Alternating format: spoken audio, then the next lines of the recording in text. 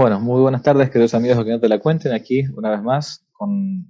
Estábamos haciendo con el padre Ferraro hace algunos días una pequeña entrevista, conversación sobre Santo Tomás de Aquino, sobre la Suma Teológica, porque en una de las veces que hablamos con el padre Cristian, que ustedes ya conocen aquí en este canal, algunos nos planteaban, bueno, padre, ¿cómo se hace para leer a Santo Tomás? ¿Cómo es muy difícil? Hace falta ser un súper erudito, un filósofo, un teólogo. Bueno, entonces grabamos una parte acerca de una introducción a la lectura de Santo Tomás. Y ahora vamos a ver un poco uno de los grandes trabajos de Santo Tomás de Aquino, que es la Suma Teológica.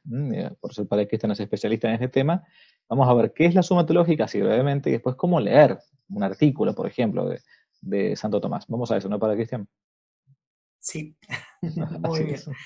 Bien, digamos, Bueno, gracias Javier. por Un favor. saludo a todos los espectadores, los que participan. Hay una cosa muy linda para decir. Esto lo digo ahora porque mientras hablabas me pareció que convenía mencionarlo, que a veces se lo soslaya. Santo Tomás trató de dejarnos presentarnos de una manera total y completa su pensamiento al menos 5 veces.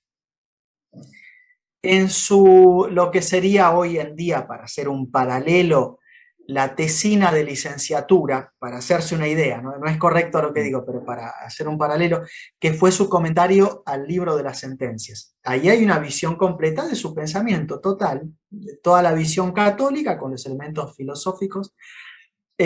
Después, eh, otro momento lo constituyeron las cuestiones disputadas sobre la verdad, de veritate.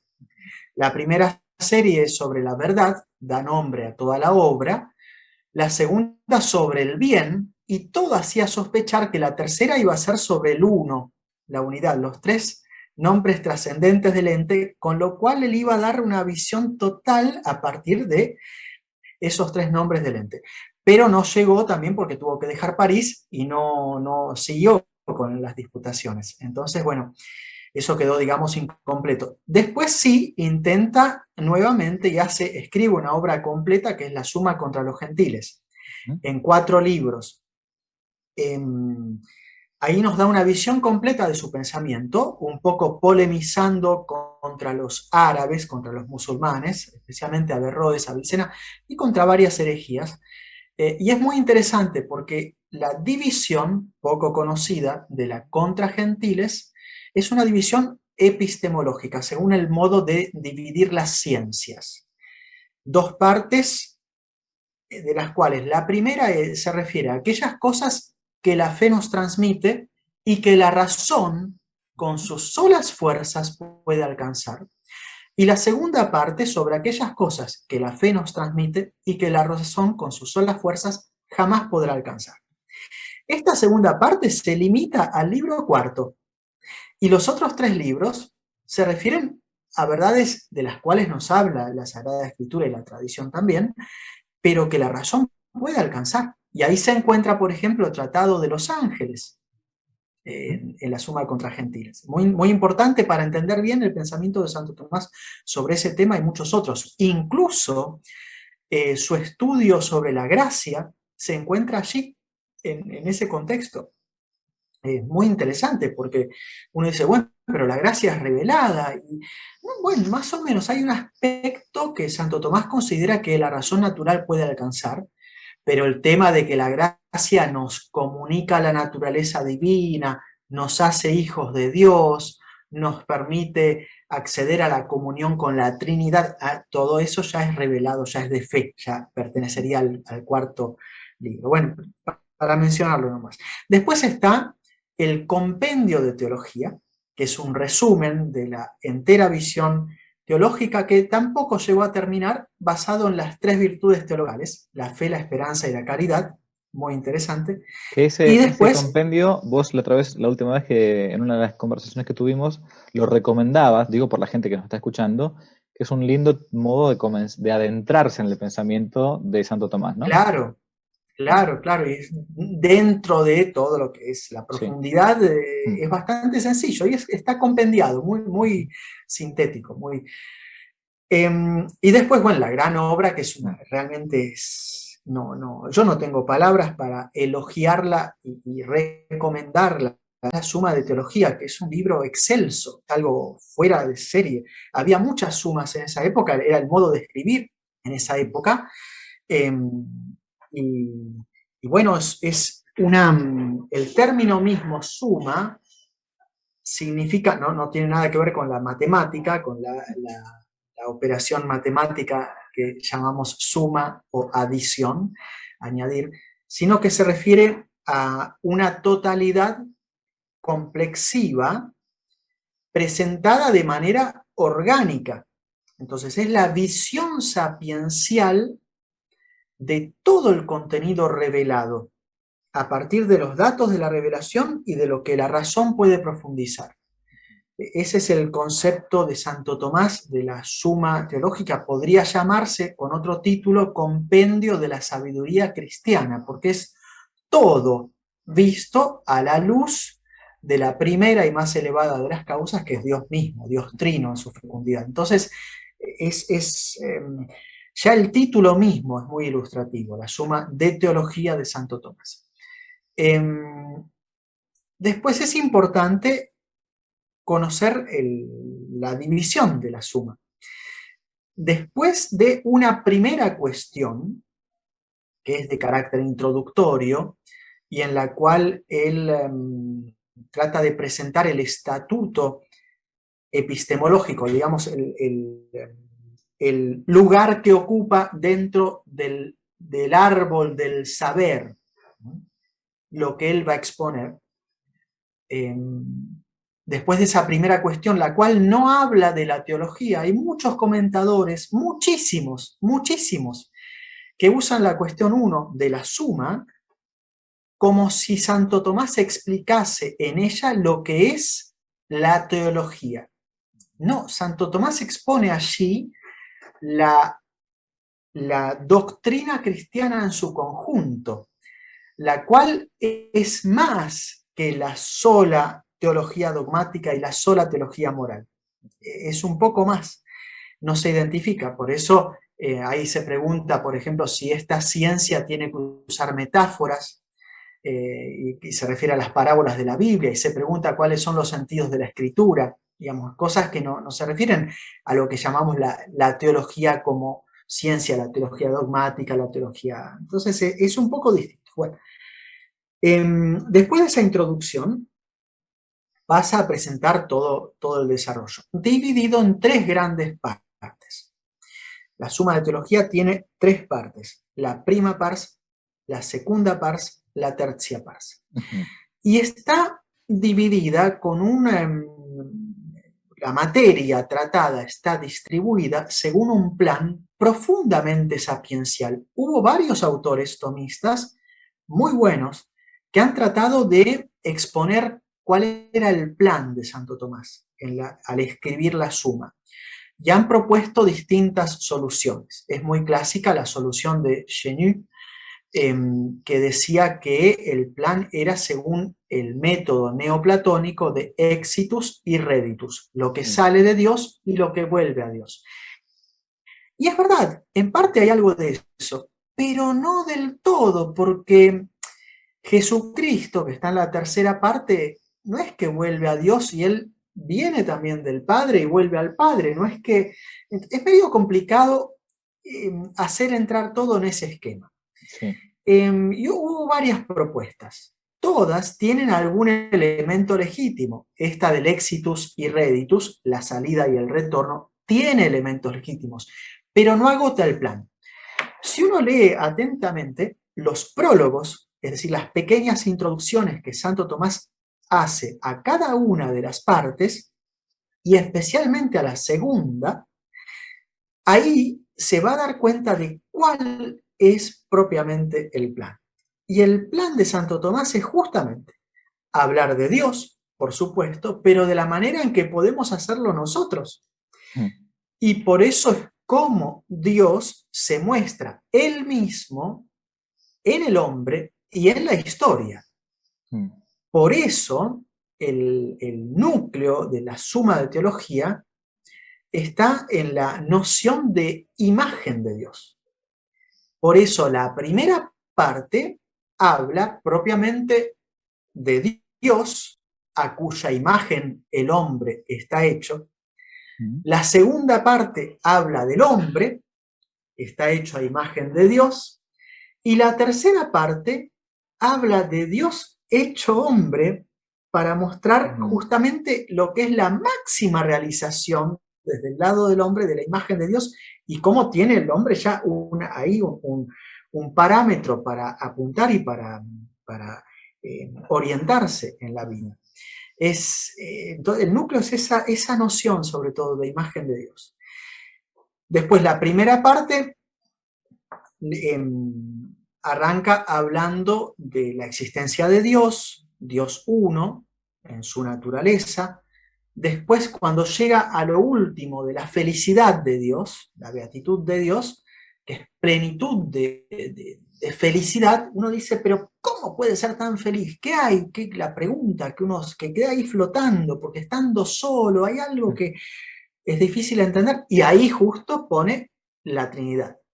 Las tres personas divinas en la plenitud de amor que las une, entonces está muy, muy relacionada una cosa con otra. Y la última cuestión del Tratado de la Trinidad es la cuestión dedicada a la inhabitación trinitaria, la Trinidad de nuestra alma, cuando estamos en gracia, claro, por la cual tenemos una anticipación de la felicidad eterna, porque las personas divinas se nos dan en la intimidad del alma para que disfrutemos de su presencia. Santa Isabel o Elizabeth de la Trinidad, ya no me acuerdo cómo se dice, tiene textos magníficos sobre eso y es lo que constituyó un poco su espiritualidad. San Juan de la Cruz también, Santa Teresa también. Después de hablar de la Trinidad, que es la fecundidad de Dios hacia adentro, sigue, cuestión 44, la fecundidad de Dios hacia afuera, la creación.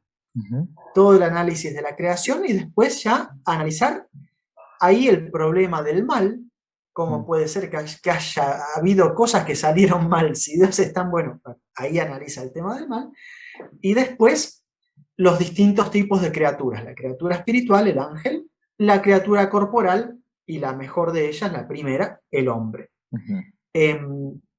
Después sigue, después de haber llegado a analizar el hombre, la segunda parte, que es donde estudia el dinamismo del hombre por el cual el hombre, que ha sido creado a imagen de Dios, tiene que dirigirse hacia su fin, que es la comunión con Dios.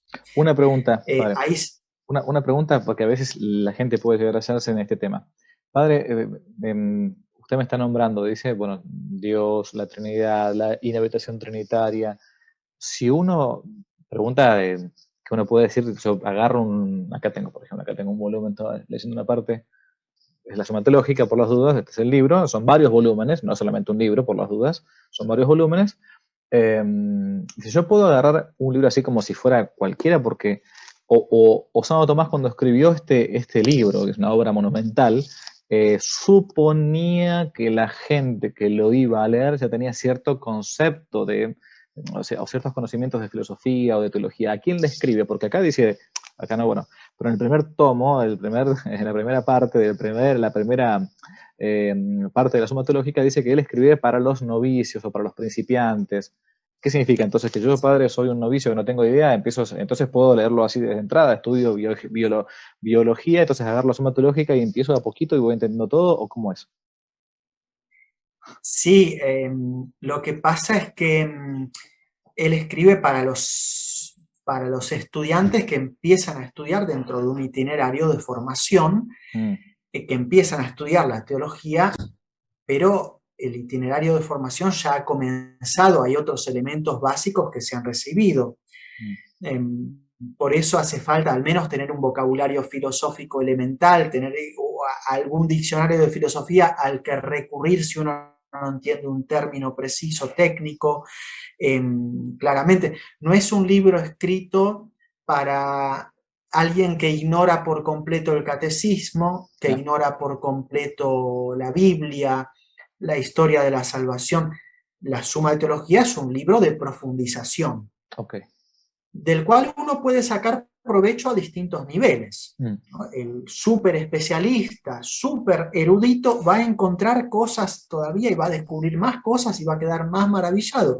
Y el que empieza por primera vez también va a aprovechar mucho, aunque no sea un provecho que se dé en la misma dimensión del que ya tiene muchísimo estudio, pero siempre se puede aprovechar.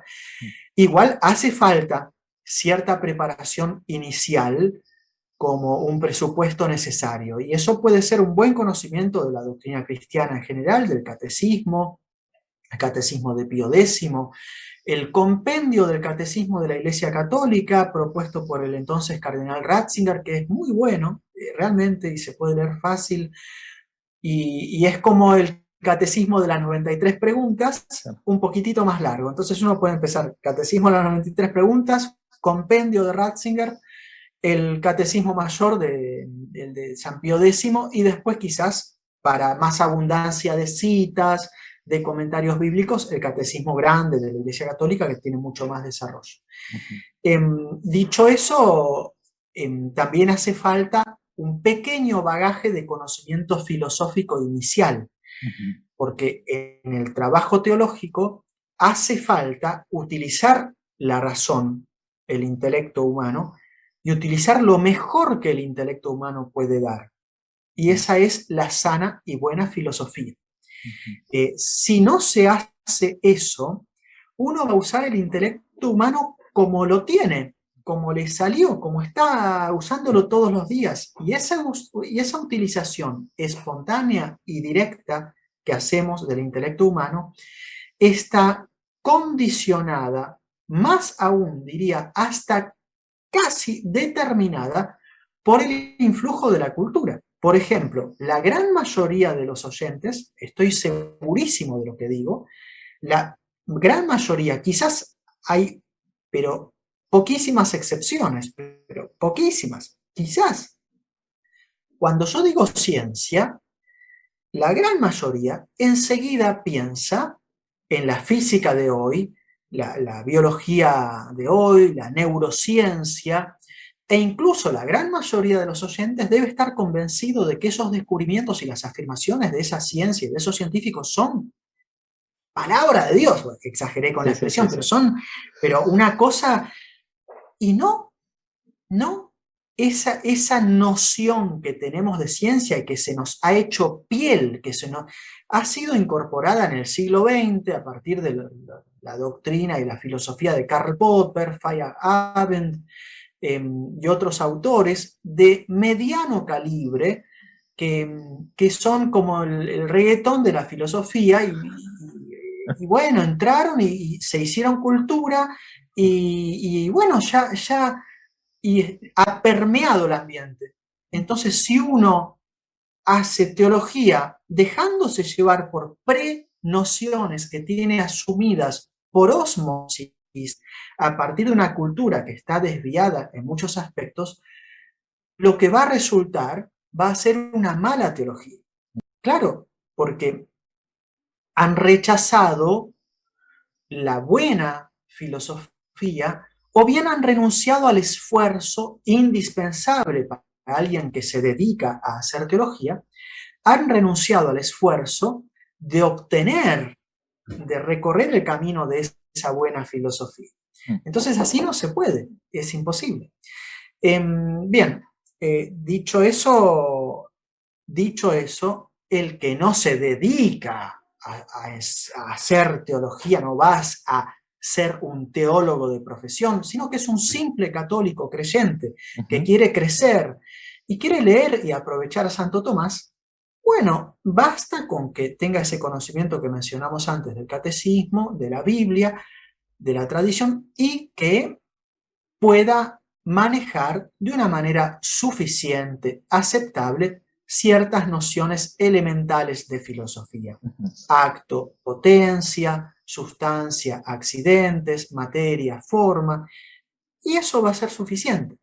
Y después ya la lectura misma, repetida de Santo Tomás, va a poner el intelecto en marcha y lo va a ayudar por la dinámica misma de la cosa que él va asimilando, esa lectura lo va a ayudar a crecer y a afinar más las nociones y a darse cuenta mejor del significado de cada una de las nociones. Es una cosa muy fecunda porque es algo muy vivo la lectura de Santo Tomás. Por las dudas, para los que están viendo, el padre Cristian ha tenido la gentileza y la caridad de darnos un pequeño léxico filosófico que yo voy a dejar aquí abajo en la descripción de este video para que puedan verlo, para que puedan también hacer la prueba de lo que está diciendo, que es cierto. Uno puede poquito a poco ir leyendo a Santo Tomás con conceptos básicos que la filosofía nos requiere, ¿no?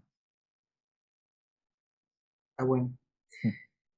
Bueno, volvemos para atrás. Entonces, Sí. la segunda parte es sobre el hombre, Uh-huh.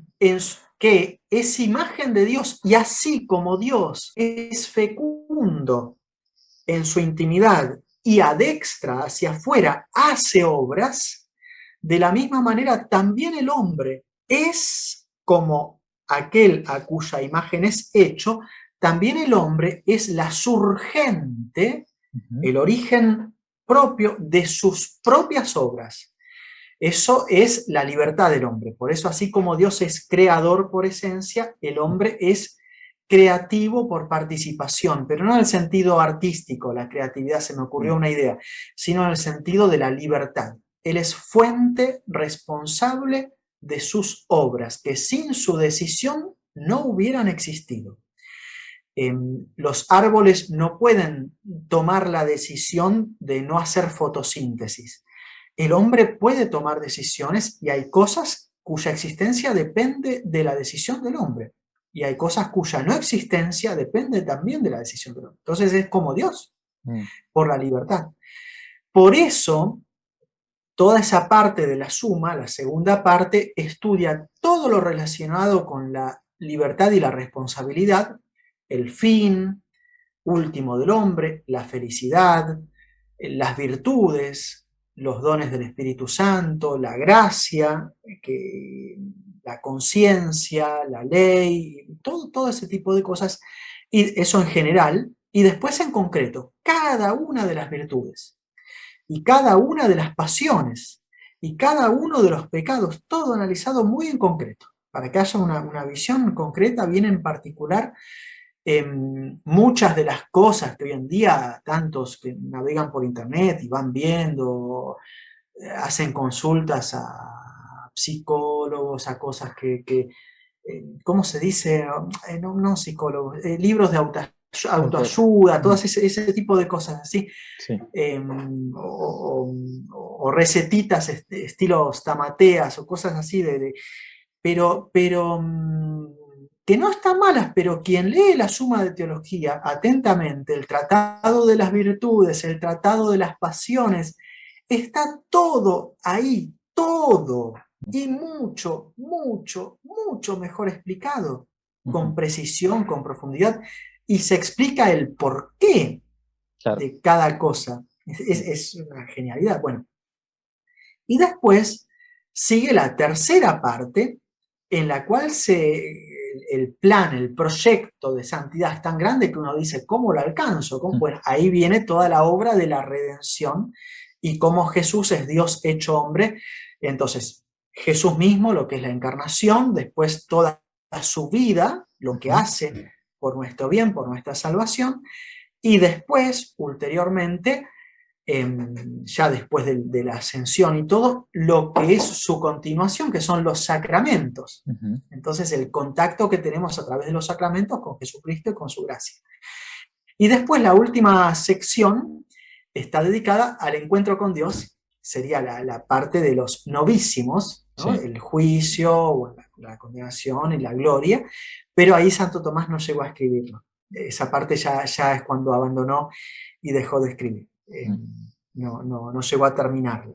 Los discípulos de Santo Tomás después trataron de completarla tomando pedacitos de otras obras, pero no es lo mismo, porque ahí tomaron pedazos, fragmentos de su comentario a las sentencias, pero eso es como una persona de 40, 50 años que tome un escrito suyo de cuando tenía 15, 17 años, 20 claro. años, Mm, un examen en la universidad que fue hecho así nomás, mm, con la madurez que tiene después, los conocimientos que mm, tiene después, quizás cambiaría mucho, no dejaría ese escrito tal cual. claro. Estaba bien en su momento, pero no después. Ujú, En ujú, Santo Tomás hay mucho de esto. Por eso es ese complemento que escribieron los discípulos no es tan expresivo del último pensamiento de Santo Tomás. Bueno, ¿por qué es importante esta división? Porque hay que tener en cuenta entonces que muchas cosas que uno buscaría en un lugar están tratadas en otro contexto. ujú, Y aparte, por otro lado, la parte o la sección a la cual pertenece el estudio de un tema da el perfil, da el color, da la tónica con la cual el tema es abordado.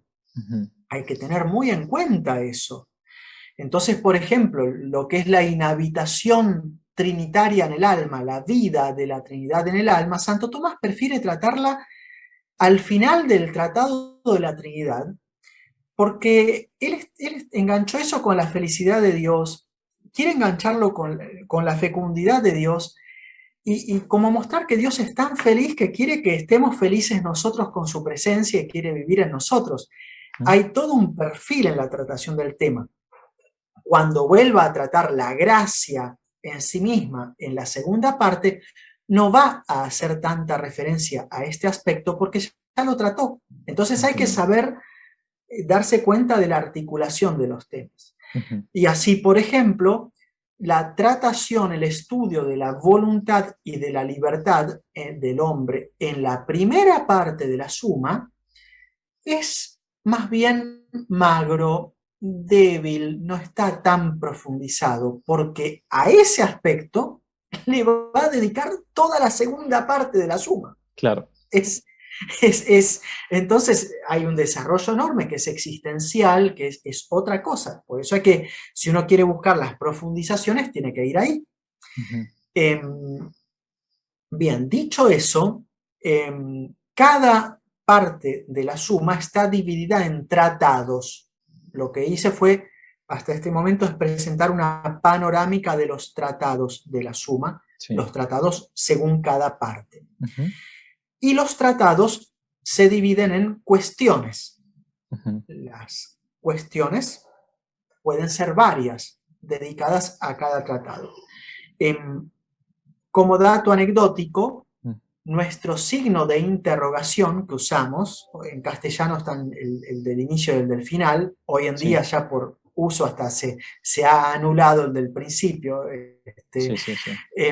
pero el signo de interrogación viene del término latín quaestio. Ujú, Antes no se escribía así. Y cuando Santo Tomás o los antiguos escritores escolásticos planteaban un problema, escribían una proposición, una frase, una oración, al final ponían punto y después añadían la palabra questio ajá, y ponían otro punto. Después, para abreviar, dejaron directamente la Q y el ah, punto.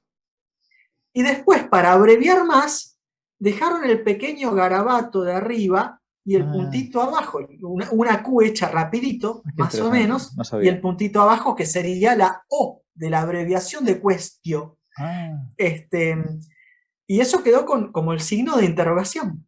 ah, Es por eso que usamos nosotros ahora, es decir, hago una pregunta, el sí, signo de que estoy haciendo una claro, pregunta. claro.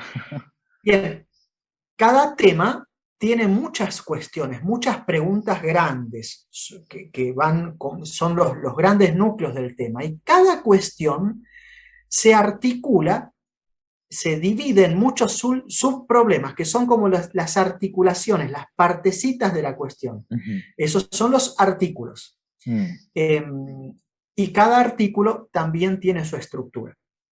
Hay que conocerla bien, porque si mm, no, no se entiende. Por eso hay que saber cuando voy a estudiar un tema, a sí, qué parte de la suma pertenece, ujú, a qué tratado y a qué cuestión. claro. Y después la cuestión tiene un orden. El orden de la cuestión es el orden de los artículos. Después hay que conocer la estructura de cada artículo. Esto lo puedo mencionar rapidito y vamos a leer un artículo, si todavía queda tiempo, Javier. Sí, claro, sí, por favor. Vamos a leer un artículo para mostrar la introducción de una cuestión y un artículo para mostrar de manera muy gráfica cómo hay que hacer. Bien. La estructura de un artículo, ¿cómo es? Bueno, la estructura de la cuestión. Dije que está dividida en artículos, pero Santo Tomás siempre pone el nombre de la cuestión, acerca de lo que trata la cuestión, y la introducción. En la introducción dice, vamos a hablar de este tema después de haber hablado de lo otro y antes de hablar de lo otro. Y para tratar este tema hay que considerar los siguientes puntos. Y ahí da los títulos de los artículos. Esa lista hay que leerla bien y confrontarla cada vez que uno va a leer un artículo. ¿Por qué lo digo? Porque después las sumas que están editadas ponen un título en cada artículo que no es el título de Santo Tomás, es el título dado por un editor. Claro. Entonces, el título de cada artículo dado por Santo Tomás está al inicio, en la introducción de la cuestión. Y a veces es insignificante la diferencia, a veces es una diferencia importante. Después, el artículo, ¿cómo se divide? Santo Tomás plantea un tema. Por ejemplo, si el intelecto humano, si el intelecto es algo que está en el hombre. Porque había autores que decían que no. Y todos, digamos, todos los filósofos idealistas, todos, sin excepción, todos los budistas, el budismo zen, ¿no? La New Age, los que proponen las terapias cuánticas, está lleno de internet de todas esas porquerías y estafas, toda esa gente que procura darnos medios para alejarnos del dolor y de la frustración a través de un proceso de conciencia, de alejarnos de las sensaciones y de darnos cuenta de que estamos en unidad cósmica con el todo, y todos esos delirios son otra manera de decir lo que Santo Tomás se plantea ahí.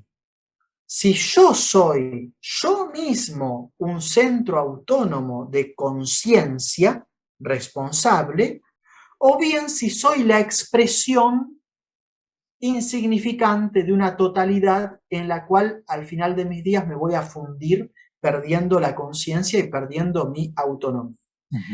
Entonces, el artículo se llama Si el intelecto es algo del hombre. Y Santo Tomás empieza, la primera partecita, se llama Videtur quod non. Parece que no. Parece que el intelecto no es algo del hombre. Empieza diciendo lo opuesto a lo que él va a afirmar. Claro. Y da los argumentos. Parece que no es algo del hombre. ¿Por qué? Porque, por ejemplo, muchos hombres piensan lo mismo.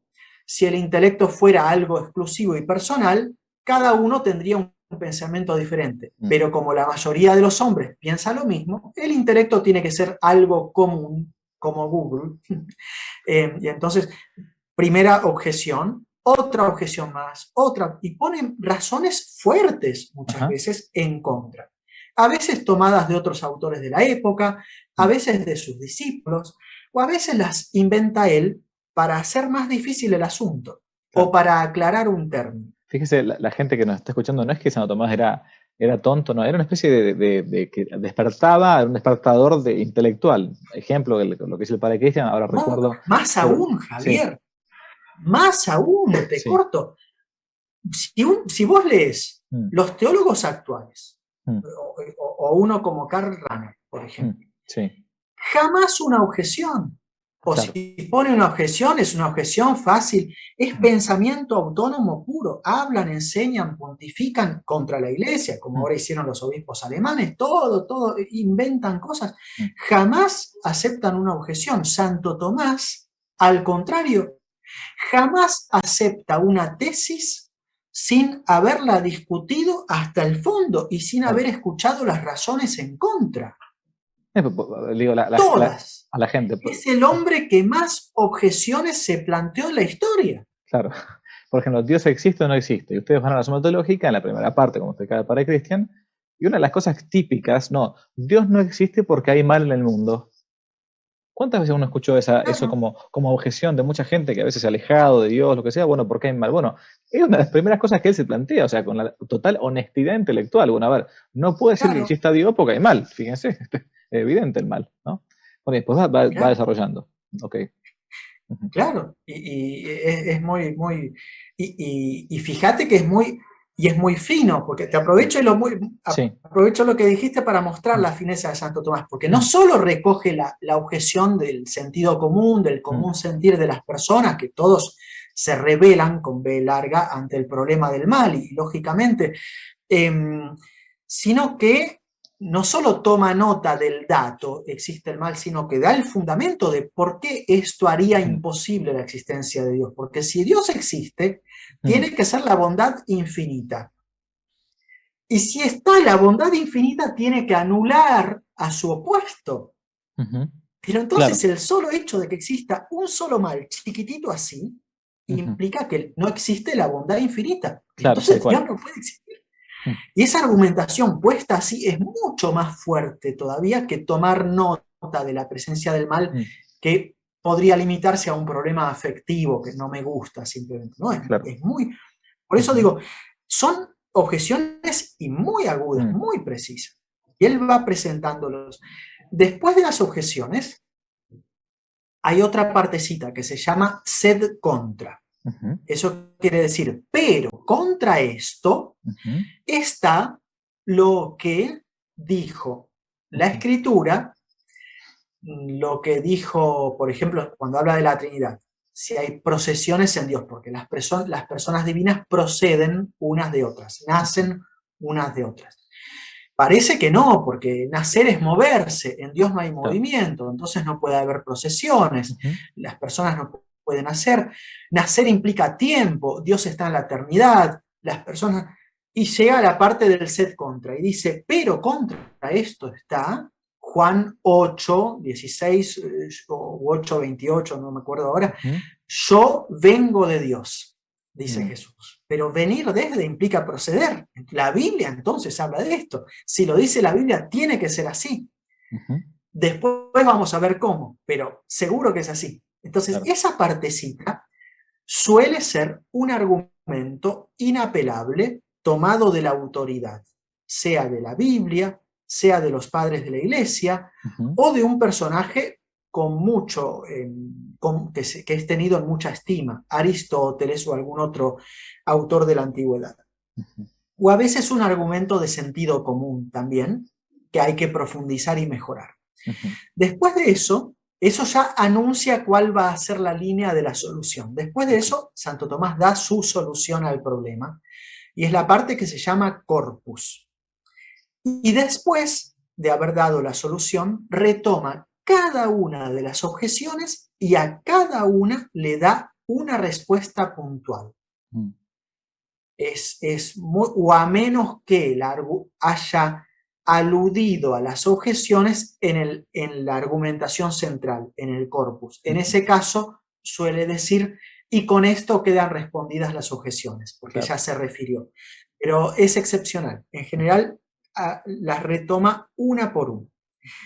¿Cómo leer? ¿Cuál es el orden entonces? Porque esto que acabo de mostrar es el orden en el cual Santo Tomás escribió. Pero ¿cómo leer? Yo que empiezo, para no equivocarme, ¿cómo leer el artículo de Santo Tomás? La cuestión, el nombre, presentación de la cuestión, nombre del artículo, después voy al sed contra. O sea, me salteo las objeciones inicialmente. No las leo. Después voy a la solución. Y después voy a la primera objeción. Y voy a la primera respuesta. Segunda objeción, segunda respuesta. Ese es el orden más correcto. Porque es el modo también en el cual uno va aferrando, poco a poco asimilando la fuerza de las tesis de Santo Tomás. Es la mejor manera. E incluso hay veces que si uno entendió bien la solución, uno cuando ya empieza a estar ya muy en ritmo, sí, al ir leyendo las objeciones, ya enseguida se da cuenta de la respuesta o por dónde va la respuesta. claro, Eso es muy bueno.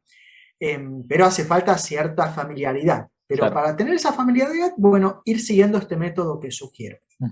Bueno, dicho esto, vamos a ver un ejemplo concreto. Bien. Y lo tomo de la cuestión 75, ustedes van a ver el texto ahí. La cuestión 75 de la suma de Santo Tomás es la primera, la cuestión con la que se abre el tratado acerca del hombre, un tratado en un contexto teológico. Entonces, Santo Tomás da el prólogo de la cuestión. Lo leo rapidito. Tras haber estudiado la criatura espiritual y la corporal, ya he mencionado que habló de la creación, ¿no? De eso lo conté antes, debemos tratar ahora del hombre, ser compuesto de espíritu y materia, ¿sí? Porque el hombre está ahí en la fusión de los dos mundos, entonces es el momento de tratar. Habló de las criaturas espirituales, de la criatura corporal en general, la creación del mundo, estudia los 7 días, todo eso, Santo Tomás sigue dando una explicación muy interesante, y después el hombre. En primer lugar, y ahora va a dar la división del tratado general del hombre. En primer lugar, hablaremos de la naturaleza del hombre. ¿Qué es el hombre? Luego de su origen, de dónde viene, cómo fue creado. El estudio de la naturaleza humana le corresponde al teólogo en lo concerniente al alma, y estudia el cuerpo solo en cuanto a sus relaciones con el alma. Por eso empezaremos tratando del alma. Y él va justificando cada paso, el orden que va a seguir. Claro. Dice, estoy haciendo teología, me interesa sobre todo el alma. Si quieren ver el estudio del cuerpo, bueno, vayan a tal otro lugar. Ahora no lo tratamos directamente. Y después Santo Tomás remite a una autoridad para justificar la metodología que va a aplicar en su estudio del alma. Y, como según escribe Dionisio, en las sustancias espirituales hay que distinguir la esencia, la energía operativa y la operación, pues bien, trataremos primero de lo que es propio de la esencia del alma, qué es el alma. Luego, de lo que corresponde a su energía operativa, lo que se llama potencias del alma. Por ejemplo, lo simplifico, nosotros tenemos la potencia visiva, la capacidad de ver, ¿no? Está la potencia intelectiva, la capacidad de pensar. Y finalmente, trataremos de lo que se refiere a su operación, es decir, cómo pensamos, cómo ejercitamos la potencia, cómo queremos todo eso. Este es el orden preciso. Y ahora va a justificar, va a concentrarse en torno a lo primero. En cuanto al primer punto, que era la esencia del alma, hace falta una doble consideración. La consideración del alma en sí misma y la consideración del alma en su unión con el cuerpo. Y acerca de la primera, que es la problemática del alma en sí misma, se han de considerar 7 cosas. Primera, si el alma es cuerpo. Segunda, si es subsistente. Tercera, si el alma de los animales irracionales es subsistente. Cuarta, si el hombre es el alma, si el alma es el hombre, claro. O bien si el hombre es un compuesto de alma y cuerpo. Esto es muy importante. Santo Tomás ahí va a decir, contra todo lo que se le achaca, que el hombre es más imagen de Dios cuando está vivo que cuando el alma está en el cielo. En este momento, Santa Gemma Galgani, por ejemplo, es menos imagen de Dios que cuando estaba unida su alma a su cuerpo, porque es un estado especial el del alma separada del cuerpo, y eso muestra ya desde el solo punto de vista filosófico la conveniencia, claro, como es lógico que si el hombre es salvado, tiene que haber una resurrección. claro. Eso.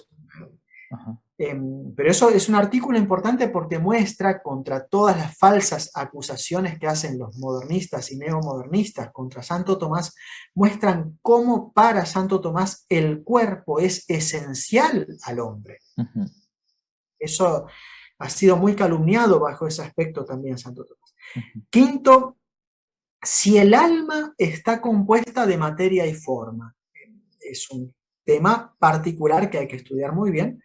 Sexto, si el alma humana es incorruptible, no en el sentido de los políticos claro, honestos. sí, sí. No, no. Incorruptible ahí se refiere Mm, a si el alma se destruye claro, una vez que el cuerpo se destruye. ujú, La inmortalidad del alma, que correcto. diríamos. Ujú, Séptima, y está enganchado el tema, como el alma es inmortal, y Santo claro, Tomás lo demuestra, lo mm, primero que uno piensa, aparte Jesús lo dice, van a ser como ángeles en el cielo. Entonces uno dice, bueno, entonces el alma es de la misma especie que los ángeles. claro, Así como todos los perros son de la especie perro, ujú, tienen distintas razas, el alma es de la especie de los ángeles y es otra raza, pero como claro, un ángel. ajá, Santo Tomás dice no, mm, y va a demostrar por qué no. mm, Está todo enganchadito.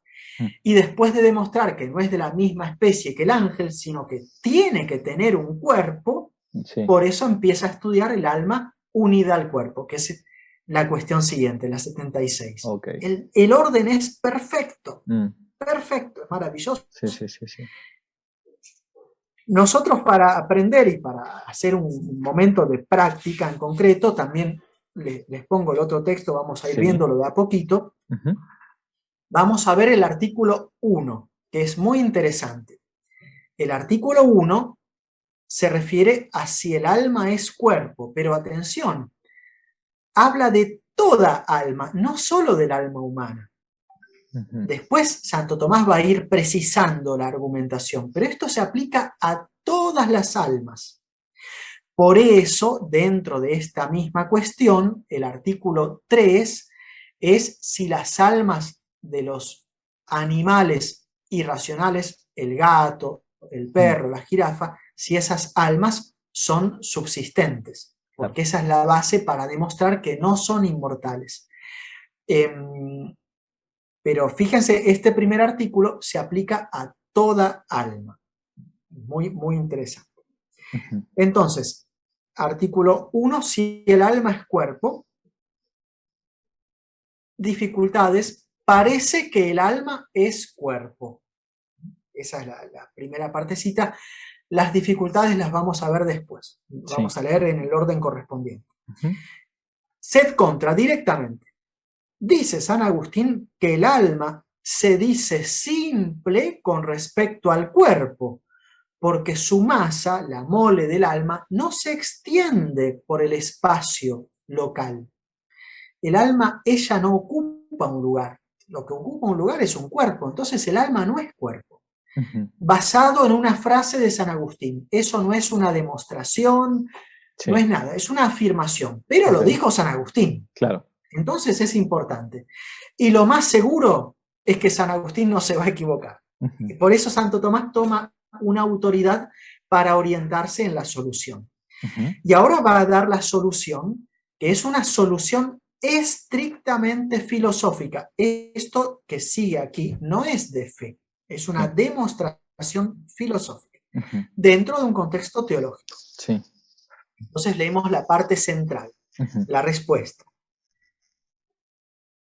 Se presupone, desde luego, al tratar de la naturaleza del alma, que entendemos por alma el primer principio de vida en los seres que viven en este mundo.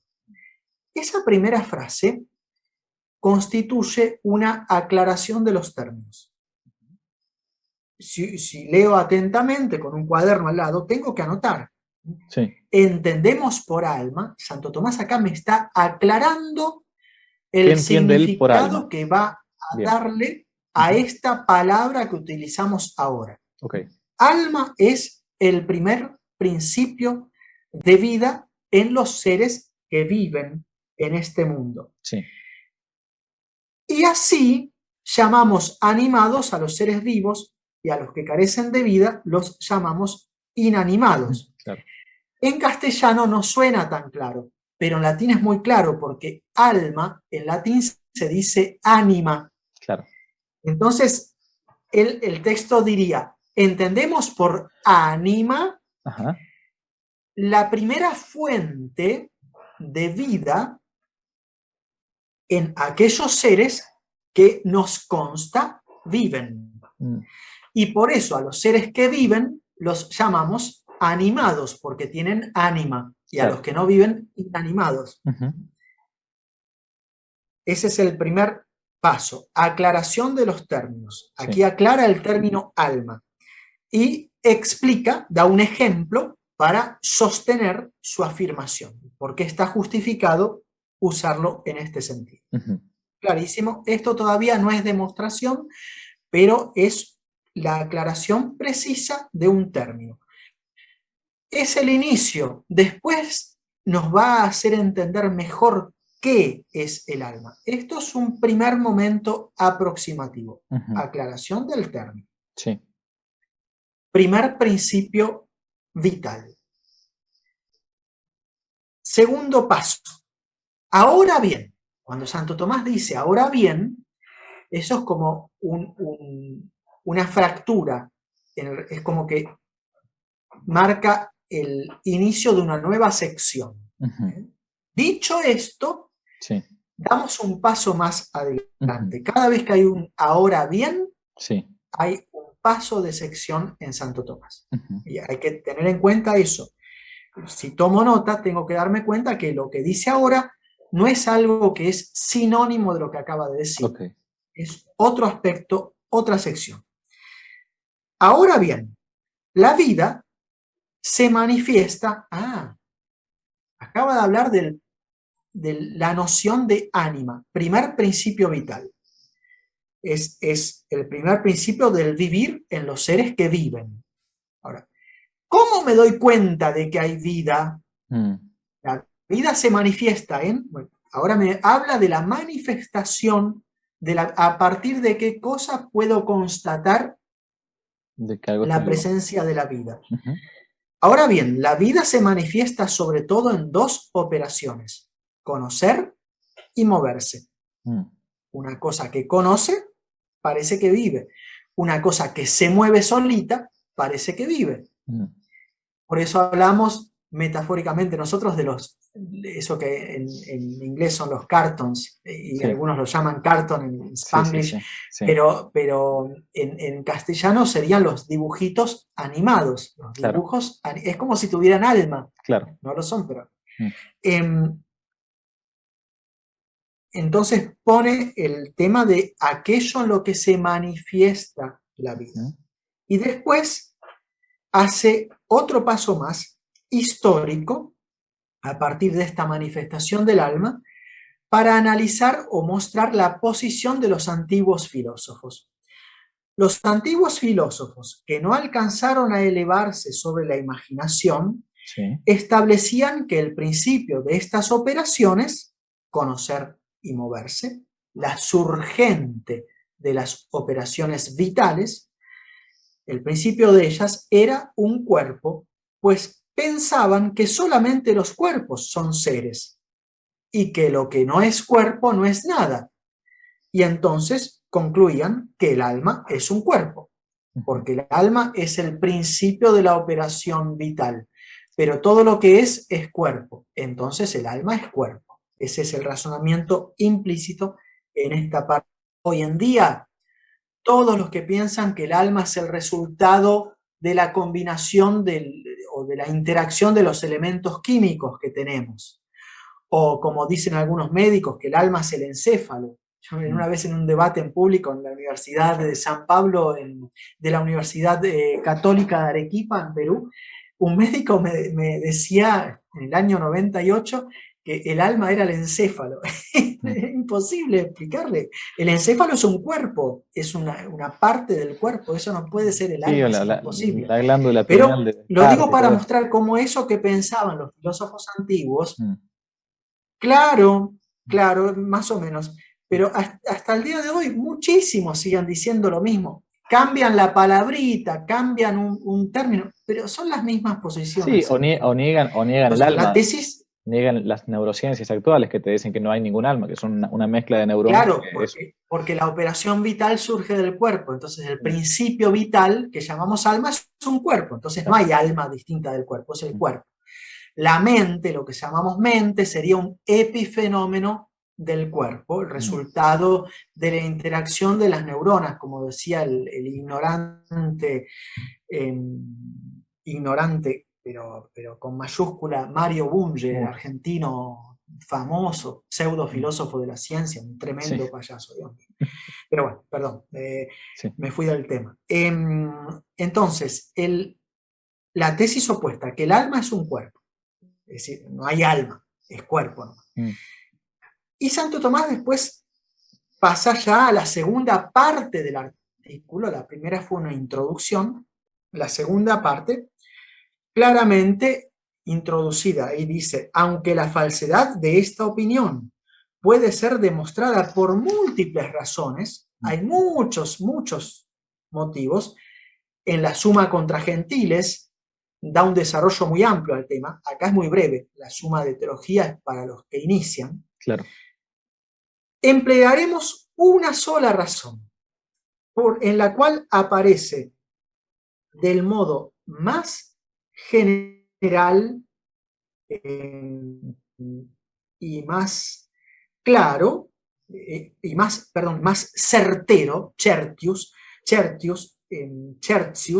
ahí la traducción está mal, del modo más claro, no, del modo más general y más certero, más seguro, más evidente, Sí. por así, en ese sentido más claro, pero es más certero, lo que más certeza nos produce, que el alma no es cuerpo. Entonces ahí está anunciada la tesis. El alma no es cuerpo. Esa es la tesis a defender. Mm, Ahora va a seguir la demostración.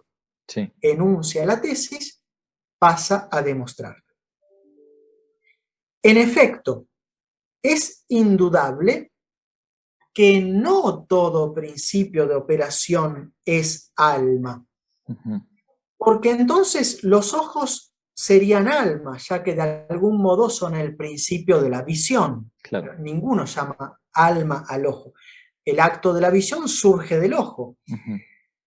El ojo es principio de la operación vital de ver, y eso podríamos decirlo de cualquier órgano que tiene su operación vital propia. Sigue Santo Tomás. Lo que entendemos por alma, y retoma la frase del inicio, la definición transitoria de alma, lo que entendemos por principio de la vida. El ojo, si uno está muerto, el ojo, por más que esté ahí, no ve. Entonces, lo que hace que el ojo sea viviente y viva y pueda ver, eso es el alma. No el órgano llamado ojo, que es principio directo de la operación del ver. El primer principio vital, primero, el que está en la base, a eso se llama alma. Un cuerpo puede de alguna manera ser principio vital, al modo como lo es el corazón en los animales, o el ojo. El corazón, principio de toda la circulación sanguínea, que ayuda a la respiración, todo. Entonces, un cuerpo puede, de alguna manera, ser principio vital al modo como lo es el corazón de los animales. Ok. Pero ningún cuerpo puede ser, en cuanto tal, en cuanto cuerpo, ningún cuerpo puede ser el primer principio vital o ser viviente. Pues de lo contrario, todo cuerpo sería viviente o principio de la vida. Explico enseguida, sigo leyendo.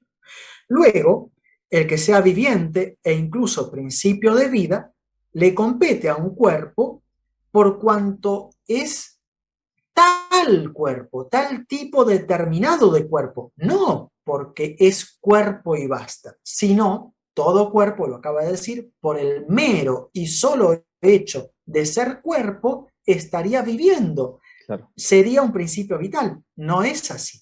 Mm. Entonces, si hay algunos cuerpos que viven y son principios vitales secundarios, el ojo, eso es porque son tal tipo de cuerpo. Y entonces lo que lo hace vivir no es el mero hecho de ser cuerpos, sino que es lo que los hace tal, lo que los determina. Leo. Ahora bien, lo que es tal en acto,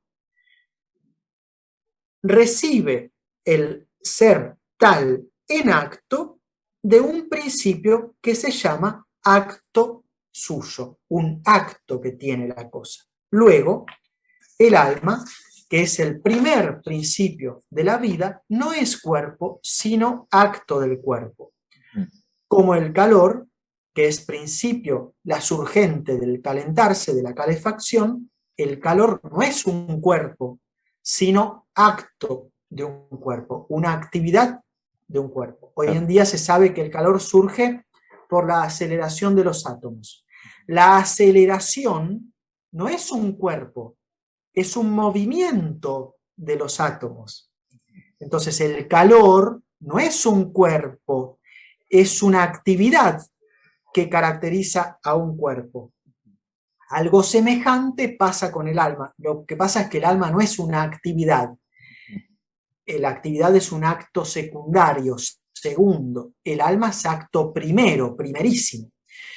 Hasta ahí la lectura del artículo. Complicada, lo sé. Lo que voy a hacer ahora, y para que se entienda súper bien, es mostrarles, y ahí van a tener dos textos.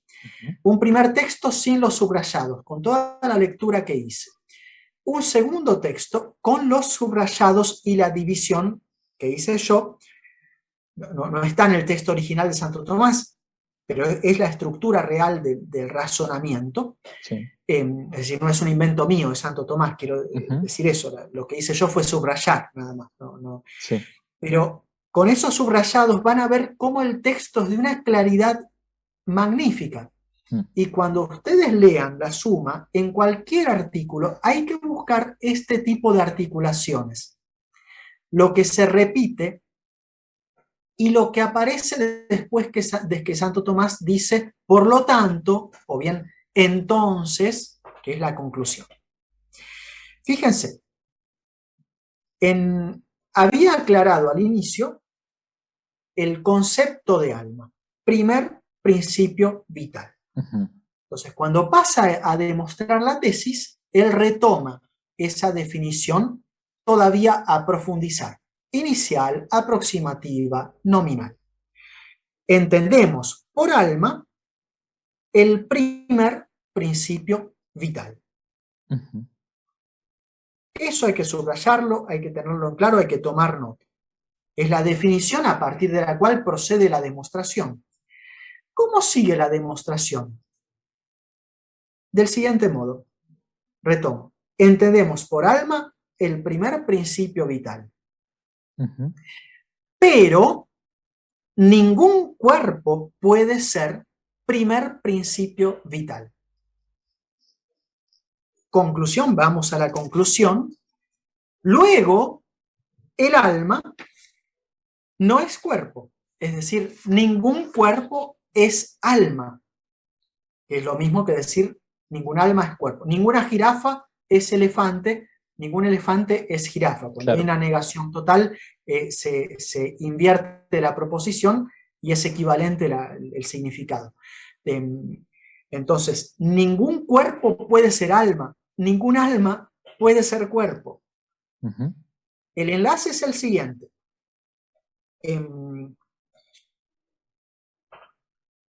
Todo animal que maulla es gato. Ningún perro maulla. Ujú. Ningún perro es gato. Esa es la estructura del razonamiento. Claro. El alma es el primer principio vital.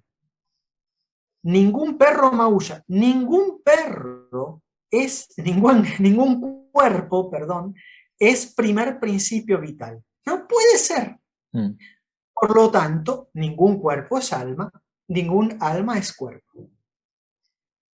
¿De dónde saco la afirmación de que el alma es el primer principio vital? Ya lo vimos, eso fue justificado. Pero ¿de Ujú. dónde saco la afirmación de que ningún cuerpo puede ser primer principio vital? La saco de lo siguiente. Si el cuerpo es primer principio vital, si el cuerpo es principio vital en general, Sí.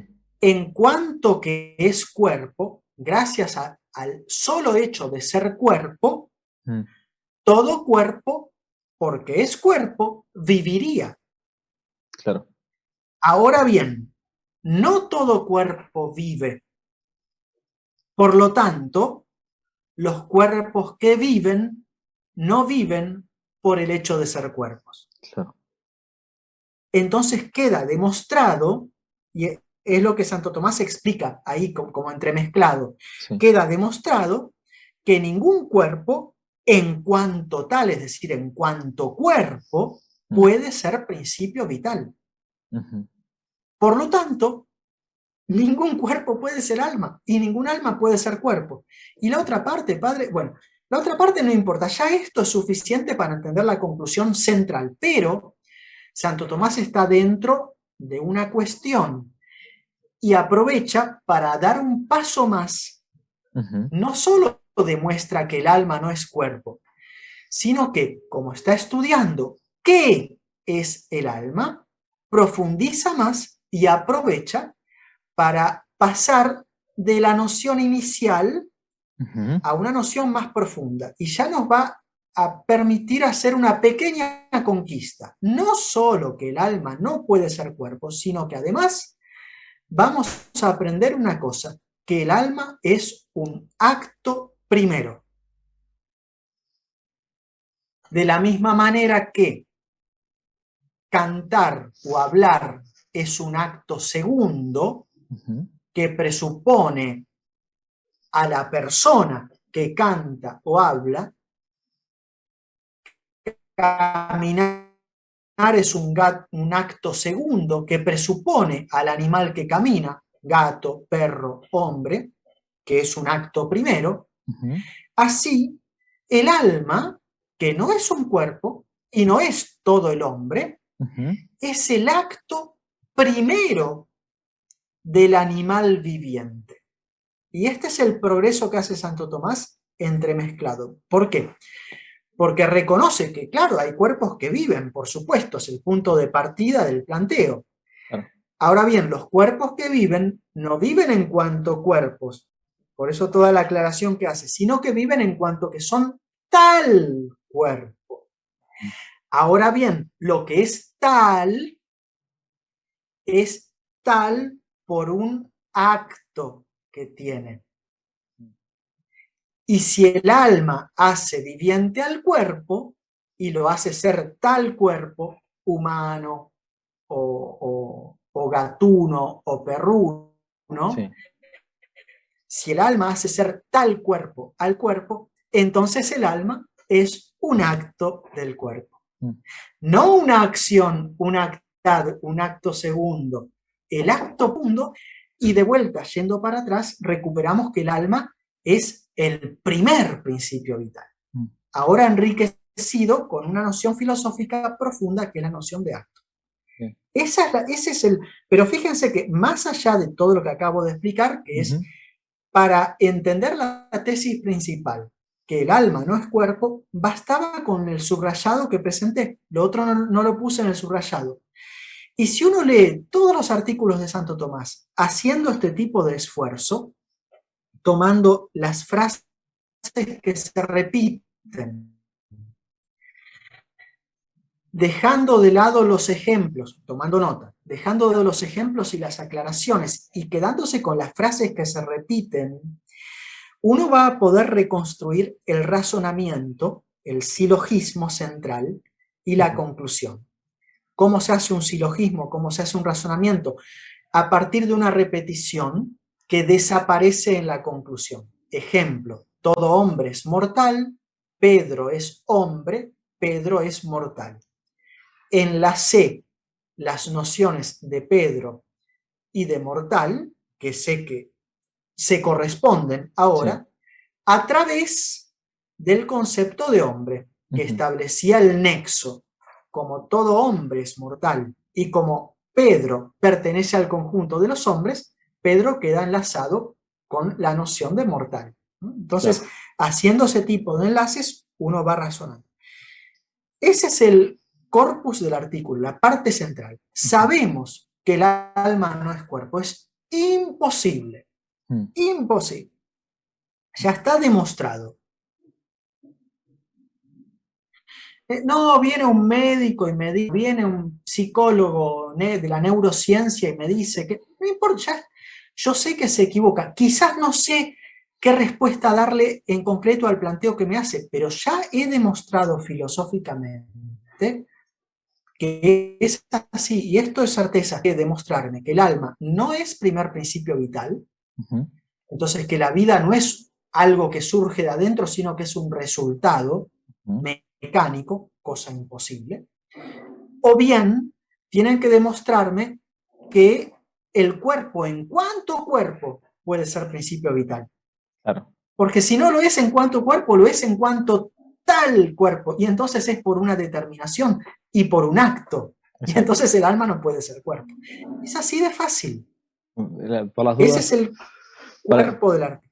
Para que uno vea cómo el pensamiento de Santo Tomás, o sea, es cierto que uno puede decir que es arduo, hay que estar concentrado, si uno esto lo quería hacer lavando los platos, lo que sea, capaz que se perdió un poco, obviamente, porque estamos pasando acá los textos y viendo con lupa, pero cómo es una clase de lógica aplicada. Yo siempre digo lo mismo claro, que esto te ordena la cabeza. O sea, una persona que conoce a Santo Tomás, no hace falta que conozca todo Santo Tomás, pero que conozca el pensamiento, el modo de actuar, es un hábito que te va ordenando la cabeza, es una cosa, pero como una vez me dijo a mí una profesora muy amiga de literatura que nos juntábamos durante 6 años a leer la Suma Teológica todos los sábados a la mañana. Después de varios años me dijo, padre, yo con esto, lo dijo en público, por eso lo cuento, yo dejé de ir a la psicóloga. ¿Por qué? Porque hay un montón de cosas que me daba cuenta que no me hacían falta, ya está. Yo misma me daba cuenta de las cosas. Claro, claro, ¿Sí? tal cual. Completamente de acuerdo, Javier. Así fue. Bueno, y última parte, para terminar y no hacerlo tan largo, veamos una objeción bien simple para mostrar cómo Santo Tomás va trabajando con las objeciones. Okay. Agarramos la tercera objeción, que es muy interesante. Entre lo que mueve, las objeciones tratan de demostrar que el alma es cuerpo, ¿no? La tesis opuesta a la de Santo Tomás. La tercera objeción, entre lo que mueve y lo que es movido, tiene que haber contacto. Por lo tanto, dado que el alma tiene que mover al cuerpo porque es el principio vital, entonces tiene que haber contacto entre el alma y el cuerpo, el alma tiene que ser cuerpo. Claro, entonces lo que mueve y es movido, hace falta que haya un contacto como dos pelotas de fútbol, digamos, ¿no? Pero no hay contacto, claro, al no ser entre cuerpos, ¿cierto? Por lo tanto, el alma sí es que mueve, por parece lo que es tanto, un cuerpo. Bien. El alma, que es el motor del cuerpo, tiene que ser un cuerpo. Correcto. No, y parece que de acá no se puede salir. Sí. Y es un silogismo bien hecho. Sí, sí, sí. Es un polisilogismo, se puede simplificar, pero acá hay varias premisas. Entre lo que mueve y lo movido tiene que haber algún contacto. No hay contacto sino entre cuerpos. Ahora bien, el alma mueve al cuerpo, por lo tanto el alma es cuerpo. La noción que se repite es la noción de contacto. Correcto. Por eso Santo Tomás, para responder, va a aclarar la noción de contacto. Sí. Y vamos después a releer la objeción, hay que hacer ese ejercicio después de la respuesta de Santo Tomás. Respuesta. Directo, va al grano, cuantitativo. Y otro, virtual, pero no en el sentido virtual que decimos hoy en día, Sí. de internet o la informática. Virtual quiere decir la influencia, al poder. Poder. Hay dos modos de contacto. Uno cuantitativo. Uno cuantitativo. Ese contacto cuantitativo se puede traducir por las dimensiones. Otro contacto es virtual, no por las dimensiones. Un ejemplo que Santo Tomás podía invocar, o en fin, de tipo de contacto así, o nosotros intuitivamente en el mundo material físico, contacto virtual, es el ejemplo de los imanes. El imán, que no tiene un contacto directo dimensional, las dimensiones no se chocan con la otra cosa, y sin embargo la atrae, ejerce una influencia, la mueve. Sí, correcto. Pero no es un contacto corporal como una piedra que choca con un árbol. Entonces, dos tipos de contacto. Uno cuantitativo por el choque de las dimensiones y uno virtual por el dinamismo, por la atracción, por la influencia. Por el primero, cuantitativo, solo un cuerpo puede entrar en contacto con otro cuerpo.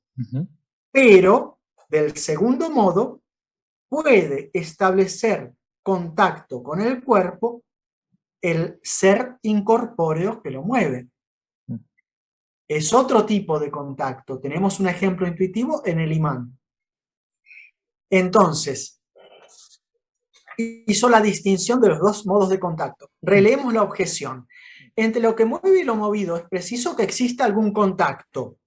Sí, es preciso que exista contacto dimensional, cuantitativo, corporal o por influencia. Pero no hay contacto a no ser entre cuerpos. Ojo, sí, no hay contacto cuantitativo, dimensional, sino entre cuerpos. Pero contacto por influencia puede darse entre una cosa no corpórea y un cuerpo. Ahora bien, el alma mueve al cuerpo. Sí, por lo tanto tiene que ser cuerpo. No, acá hay una presuposición errónea. Se presupone que el modo de mover el alma al cuerpo es por contacto dimensional. Es la premisa que está escondida, que no se explicitó. Y esa no vale. El alma mueve al cuerpo por un contacto de influencia. Y como para que haya un contacto de influencia no hace falta que el motor sea cuerpo, el alma mueve al cuerpo sin ser ella corporal.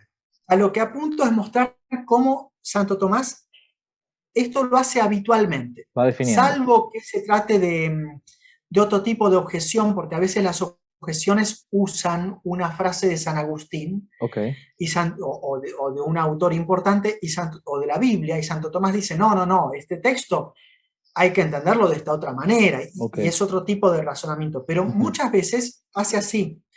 Engancha en el razonamiento de la objeción, engancha uno de los términos que es el término donde está el engaño, que tiene la clave. Y ahí es donde da la aclaración. Dice, no, este término es engañoso. Se puede entender de dos maneras y el objetor lo entiende de esa manera. Y lo aplica erróneamente. Hay que entenderlo de la otra manera y se aplica bien. Y entonces la objeción cae. Es lo que hizo aquí. Contacto, claro, contacto entre cuerpos, sí. Contacto dimensional entre cuerpos.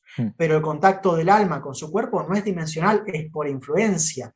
Yo deseo comer algo y me levanto y voy a tomar el alimento.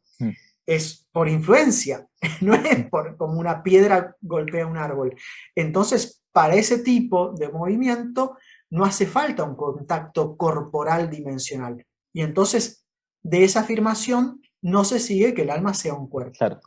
Es clarísimo. Buenísimo. Por eso, ir reconstruyendo los razonamientos de Santo Tomás, aparte de que enseña, y en serio, como dijo el padre Javier, arma la cabeza, estructura, pero en el buen sentido, es decir, Mm. pone orden Sí, sí, en sí, la sí. cabeza, hace un bien enorme, ayuda a aclarar las cosas y aparte uno va disfrutando mucho Mm. porque va descubriendo la verdad y no solo porque me lo dicen, sino que uno va descubriendo el por Sí, qué, le va claro, encontrando la razón y se disfruta muchísimo. correcto. Por eso se gana tanto, realmente, por más que uno no sea un súper estudioso, pero no Mm. importa, lo poquito que se vaya adquiriendo ya es mucho, y Mm. vale mucho, y vale la pena hacer el sacrificio. Bien, Em, perfecto. realmente vale la pena.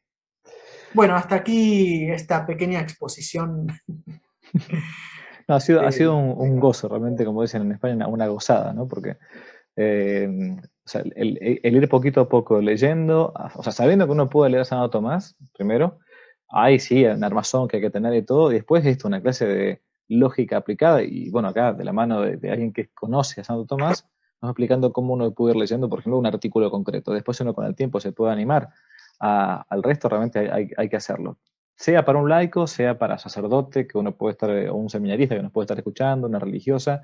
Esto es algo que, como el padre recién decía, como nuestro intelecto está hecho para la verdad y reposa y descansa en la verdad, cuando uno lee Santo Tomás tiene esa, como eso cuando uno está haciendo un examen de matemáticas, yo me acuerdo en el colegio, y no me sale, y claro, era esto, y uno descansa, ¿no? Uno descansa en la verdad. Padre Cristian, ha sido un gusto muy grande. Muchas gracias por el tiempo, por la paciencia, por la pedagogía. No, muy bien, gracias a vos y a todos los oyentes y espectadores y espero que sea de fruto. Y es verdad, tal como dijiste, está eso de la matemática y cada conquista, cada conocimiento de la verdad ayuda mucho lo de Santo Tomás porque lleva a la contemplación de las cosas divinas. Ujú. Entonces uno realmente ayuda tanto y da mucha paz, mucho gozo al alma. Así que bueno, nada, espero que sea de provecho. Muchísimas A la gracias. próxima. Adiós. Si le gustó el video, no olvide darle me gusta, suscribirse, activar la campanita y comentar. Para nuevos temas pueden dejarlo aquí abajo como sugerencia en los comentarios. Y también pueden seguirnos en nuestro sitio web donde tocamos temas de actualidad, de apologética y de formación. Dios los bendiga, que no te la cuenten.